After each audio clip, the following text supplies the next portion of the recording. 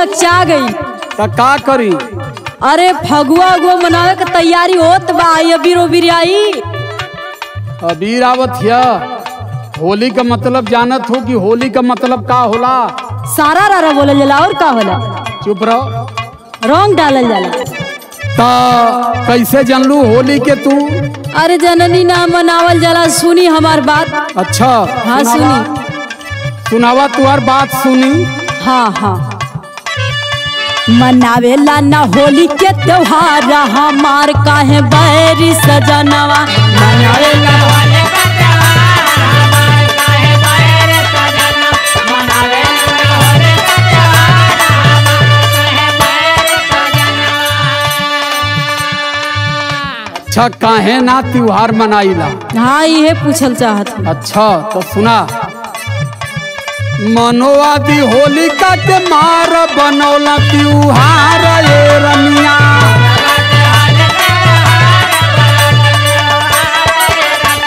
मनोवादी होलिका के मार बनौला त्योहार। मनोवादी होलिका राजा हिरण्यकश्यप के बहिन रह। अच्छा अपने समाज के रहल, पिछड़े समाज के रहल। ओके मार के तई कुल होली का त्योहार बनौला। जानत हो? अरे का बतियावत थी? सुनी हम बतावत थी। अच्छा तो मरले बतावा। ना सुनी हम बतावत थी का कहत थी। केहू नहीं मारल होलिका जर गइली अगिया।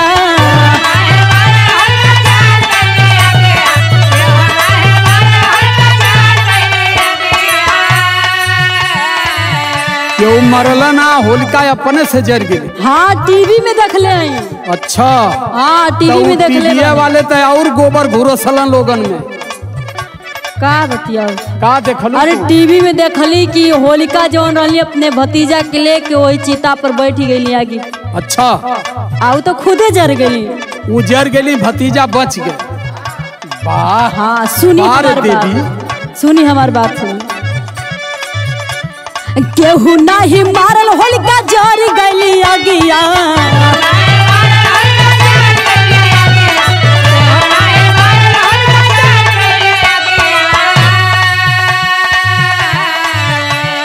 भक्त प्रहलाद के लेके बैठे गोदिया।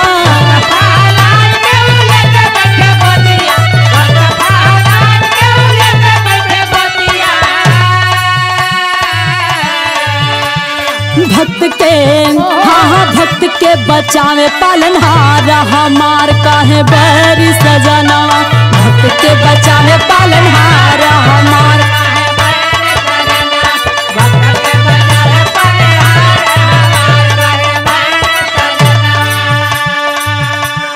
तो होलिका जर गईला, भक्त प्रहलाद बच गई। हाँ भक्त के बचावे पालनहार। अच्छा भगवान आयल। हाँ भगवान आके बचा लेना उनकर भतीजा। बारे भगवान का बिटिया। ओह कैसन तो होके इतनी बढ़िया जलन। सुनो पहले जलन नहीं हो रही है, तुम्हारी बात पर हमको विपत आ रही है। बात सुनो। हाँ सुनाई। हिरण्यकश्यप का बहन रही। हिरण्यकश्यप कहाँ कर रहला? एक सुना। हाँ बताई। लखनऊ समीप बाटे जिला हरदोई।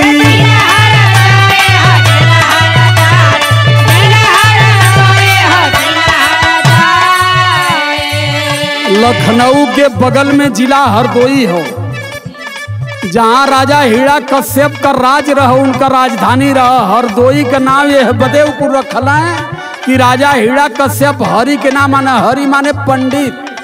हरिदोही, हरिदोही को ये हरदोई बना दिए पाखंडी, इसलिए बता रहे हैं तुमसे। सुनो जी। अरे लखनऊ समीप बाटे जिला हरिदोई।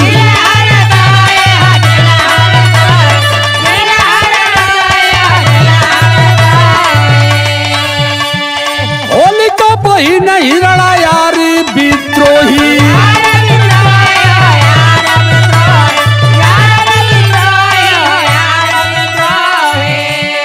सच डबल झूठावा का भार।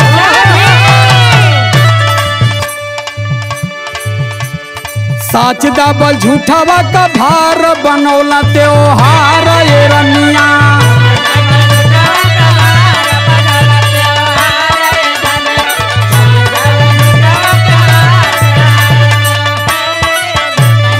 सुनो, सत्य को दबा करके झूठा सब कुछ इन्होंने बनाया है। अभी जो बता रहे हैं, राजा हिरण्यकश्यप का बेटा प्रहलाद था और प्रहलाद को यारियों ने फंसा दिया और यारियों ने फंसा करके उसे गांजा भांग चरस अफीम दारू शराब पिला करके उसको बर्बाद करने का काम किया। कहें लोग कहला कि अगर बाप ना माना तो करे बेटवे के बिगाड़ा। आर्य बंसी कहे कि राजा हिरण्यकश्यप मानने वाला नहीं है, ये ब्राह्मणों की पूजा नहीं करेगा, इसके बेटे को तोड़ो। बेटा के फुरला, बेटा के नशा नशेद बना देलन। बेटा नशा करे लगल, गांजा भांग चरस अफीम कुल पिया के वो लड़का के प्रहलाद के बेकार करे लगलन। आज जब बेकार करे लगलन तो भयल का। हाँ बताइए। अरे मतलब देखा प्रहलाद लाल नवा,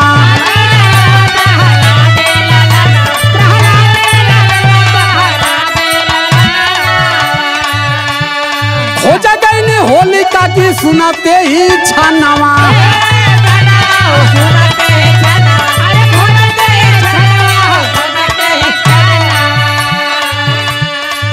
होली जौन मनावल जले वही होली के पूर्वासी के होलिका का शादी रहल जी। आ होलिका का शादी रहल, राजा हिरण्यकश्यप भगा देलन। राजा हिरण्यकश्यप भगा देलन घर से प्रहलाद के कि अगर तुम्हें ब्राह्मणों की संगत अच्छी है तो भाग जाओ यहाँ से। और जब घर से भगा देलन तो उनका फुआ रही होलिका, कली एक गठे भतीजा, कम से कम चलियों के भोजन करा दी। चोरी चोरी घर से भोजन लेकर के होलिका जब जंगल में जाती है, और जब होलिका जंगल में जाती है तो उस समय प्रहलाद जो है नशा में धुत था और 7 ब्राह्मण पुत्रों ने होलिका को जबरदस्ती पकड़ करके घसीट करके ले गए और बलात्कार किए उसके साथ। सुनो, बलात्कार किए और उसी रात को होलिका को आनन फानन में वो सब आग के हवाले किए। होली काहे पिछड़े समाज पर थोपल गई, होली के सरर अर पिछड़ा समाज काहे कराला, ये बतावत है। सुना जी बताइए। अरे मदर पिए देखा प्रहलाद रोजनवा,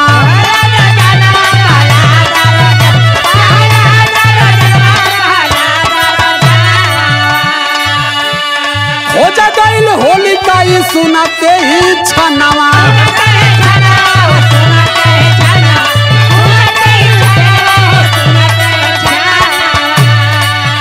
अरे नशा में ही कैले बलात्कार, नशा में ही कैले बलात्कार बनावा त्योहार ये रनिया।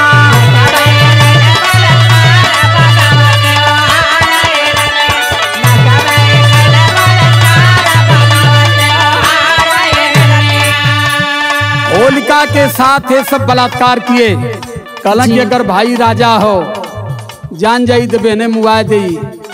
होलिका को ले गए उस झाड़ी में छुपा करके और केहू का गोहरा मड़ई पतई ऊख जवन पनो ले जाके गांच के होलिका के जरावे के प्रयास कैलन। होलिका पूर्ण रूप से मरी नहीं थी, बेहोश थी। आग की लपेट से भगने लगी। जब भगने लगती है तो चारों तरफ से घेर घेर करके, जैसे लोग होलिका जरावा ना होल लड़ी करते हैं चारों तरफ, वही संस्कार आज भी सब स्थापित किए। जब वो लड़की भागने लगी तो उसे घेर घेर करके लाठियों से मार मार करके हिरण्यकश्यप की बहन होलिका को जलाए। और जब होलिका को जलाते हैं तो होता है क्या, अरे नशा में वो कैला बलात्कार बनौला त्योहार ये रनिया।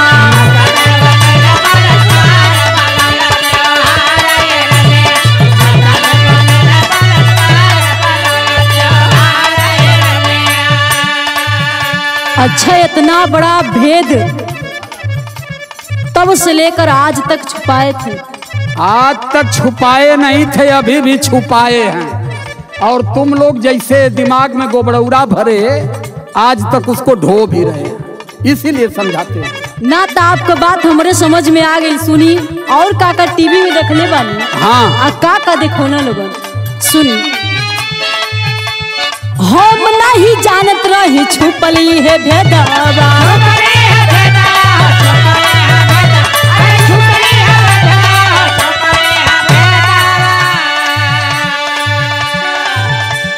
टीवी पर देखावे ला बताव जवन बेदवा।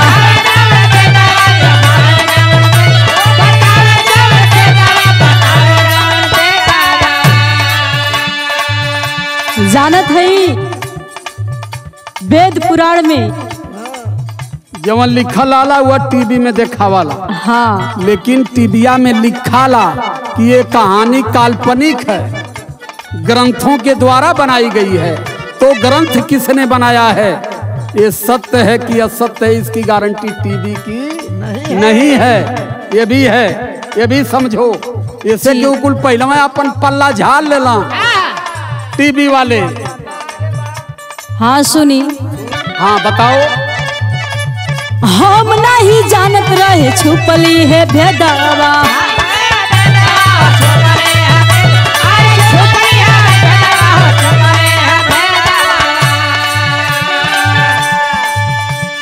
टीवी पर देखावे ला बताव जवन बेदवा।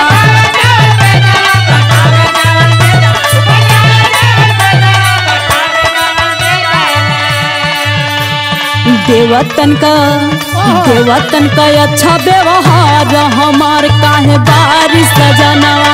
देवतन के अच्छा व्यवहार हमार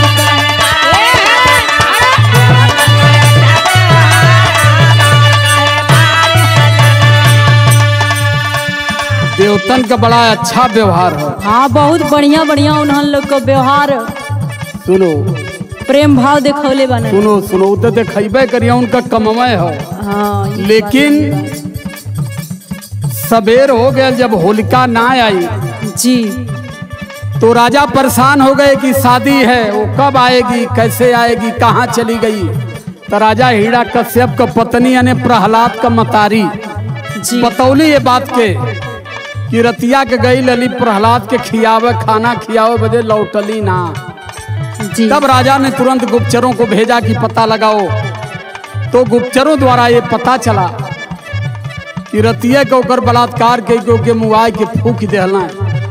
दूसरे दिन राखी भी वहां से उठा लेना, जौने के धुरहंडी कहल जले।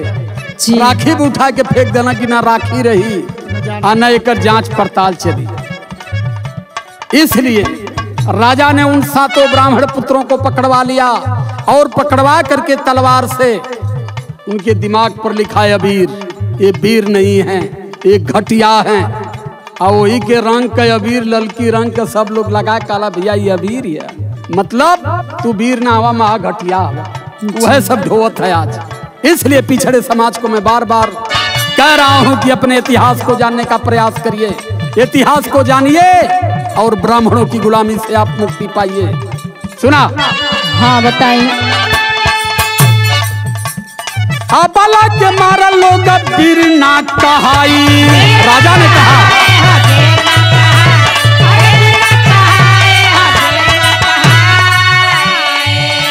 ये हमारे राजा बाबू उर्फ धर्मेंद्र, हमारे धर्मेंद्र राजा बाबू शानदार उम्मीदवार भी हैं और जनसेवा में बाबा साहब के विचारों में, मान्यवर कांसीराम साहब के विचारों को सार्थक करने के लिए लगातार चलने का प्रयास करते हैं। मैं बहुत बहुत धन्यवाद करता हूं अपने राजा बाबू को।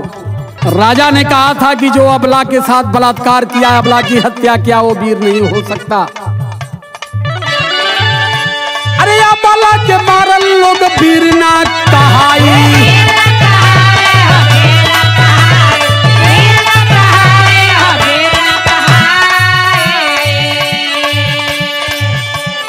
अबीर कलंक टीका दिहल लगाई।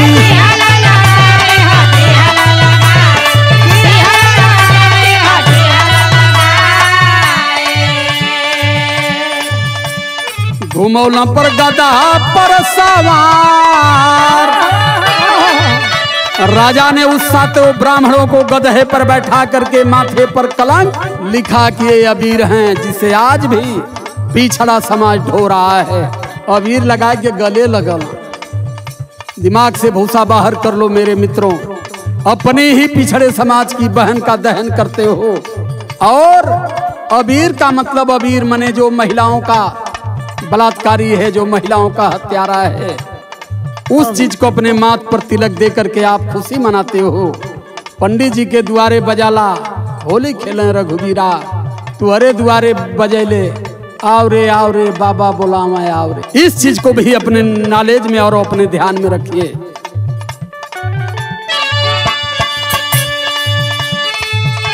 अरे अबीर कलंक टीका दिहले,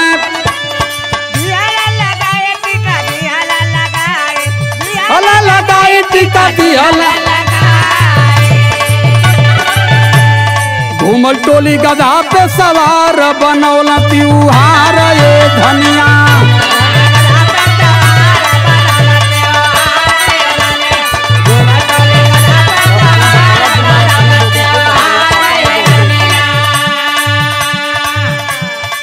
समझ में आयल? एकदम समझ में आ गई। यही से अपने लोगन के बहुजन समाज को 85 मूल निवासी को यही बताना चाहूंगी कि ये पाखंडवाद के भ्रम से बाहर निकली और ये सब भ्रम की छोड़े का काम करी, बाबा साहब के रास्ते पर चले का काम करी। कैसे साहब? बोला मत सारा रारा मोर बहुजनवा,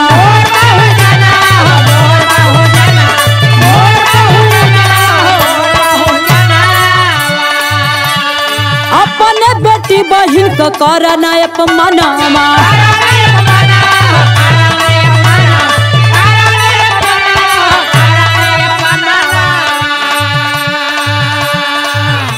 नितेश कंचन कहे राजकुमार हमार काहे बैरी सजनवा, नितेश कंचन कहे राजकुमार हमार काहे बैरी सजनवा।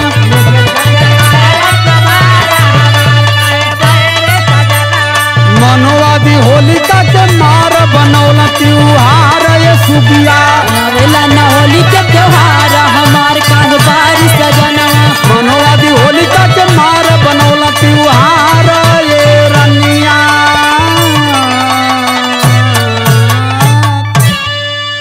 जय भीम। सादर जय भीम, नमो बुद्धाय।